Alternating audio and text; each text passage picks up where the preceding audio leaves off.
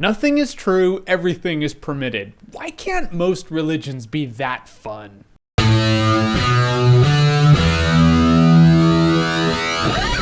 Assassin's Creed 3. Alright, so Assassin's Creed 3 is actually the 5th game in the main Assassin's Creed story arc, and in Assassin's Creed 3 you play as a new assassin named Connor. So Assassin's Creed 3 takes place in Colonial America. Connor's half Native American, so you have that whole, the government's taking over Native American land, which is bad. So he wants to protect that and defend that, but the Templars are taking over, the government, so you can't have that. Thus, we enter a new chapter in the Assassin's Creed games. And is it an impressive chapter? For the most part, yeah, it really is. First of all, you have combat. Now, the combat in this game is all fleshed out. I had heard that they actually had combat tactics when you're fighting guys, so no more spam counters, which for the most part, that's actually accurate. I still spam counter. You will sit there for a solid minute waiting for a guy to attack you so you can just push the counter button and then kick his ass. If I can compare the combat in this game to any other game, I would compare it to Batman Arkham City. You're kicking the piss out of guys, you push your counter button, he will counter no matter what he's doing. You can kick the piss out of that guy too. You take on groups of 10 guys and just clean house. If you ever played Batman Arkham City and just kicked the living shit out of 10 guys and you were like, that would be really cool if Batman actually killed people. Here you go, Assassin's Creed 3. Take a tomahawk to their face. And not only is the combat really fun to do, but there are a lot of missions to do in this game. You only have 2 city zones in this game. You have Boston and New York. That was kind of a bummer. I wanted a little more. But you do have 2 wilderness zones, which sounds fun, and they have this whole hunting aspect in there, but ultimately you hunt animals for a little while and you take their pelts and you sell them and you're like, all right, well, let's just go back to killing people. That's right. We are so desensitized as a civilization that killing people is just a little more fun than killing bobcats and hunting squirrel. And if I'm going to touch on a bit of a bummer is it's Colonial America, so the buildings really weren't that tall. Most of the buildings you're scouring across in this game are about 2 stories tall. It feels like a really trivial gripe, but I'm just saying in the other Assassin's Creed games where the buildings were enormous, you're now in the early stages of America.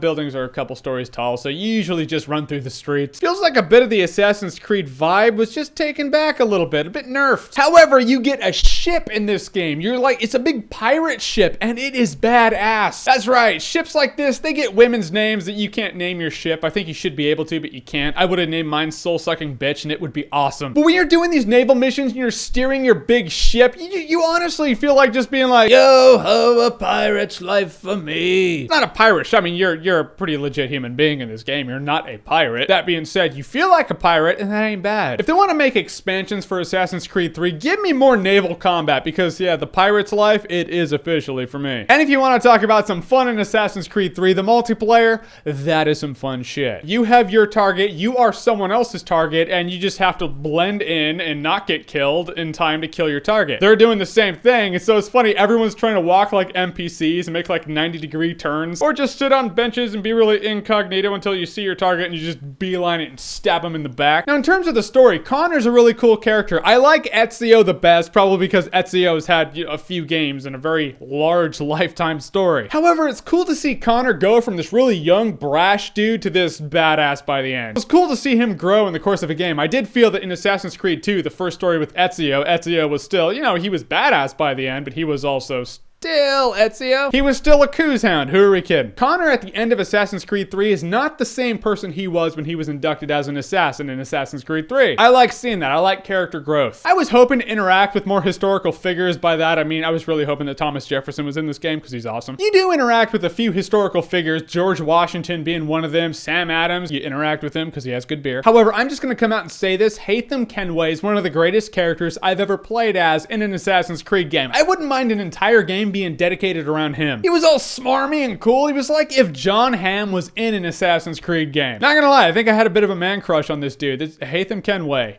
The man. However, Assassin's Creed 3, technologically speaking, what's not great about it? Bugs. I don't mean insects, I mean programming bugs. There are a lot of them in this game. It could be little things like when my character knocked on a door, it showed a close-up of his arm and it was a red coat, and I'm like, my guy is not a red coat. Nor is he wearing a coat that is remotely red, so why was that a red coat? Then there are other bugs like it's hard to pick items up that shouldn't be too hard to pick up. Another example is one character was talking to me and his mouth wasn't moving. He was just like, all right, so are you ready to move out? We're gonna go there, we're gonna kill these people. I mean, a couple of these glitches in a game like this, I would understand that, but enough happened in this game to where it's apparently worth addressing in my video. Just like these little frustrations that are in the game where you're like, why is it bugged? What game developers apparently don't realize is the seed of doubt that bugs plant in the player's brain. Because then I'll be going, I'm not wanted, I'm totally incognito, I walk by some redcoats and they flip out on me to start kicking my ass. Then I think to myself, well, did I do something to make that happen, or is that just another game bug? I mean, if there were no game bugs in the game, I'd be like, oh yeah, my character has dark skin, it's Colonial America, so they're gonna kick my ass. Racist NPCs, my mind would go there. But since I saw glitches and bugs in the game, I now have to think to myself, was that a bug? Really takes you out of the experience, man, I'm just saying. However, I felt like the last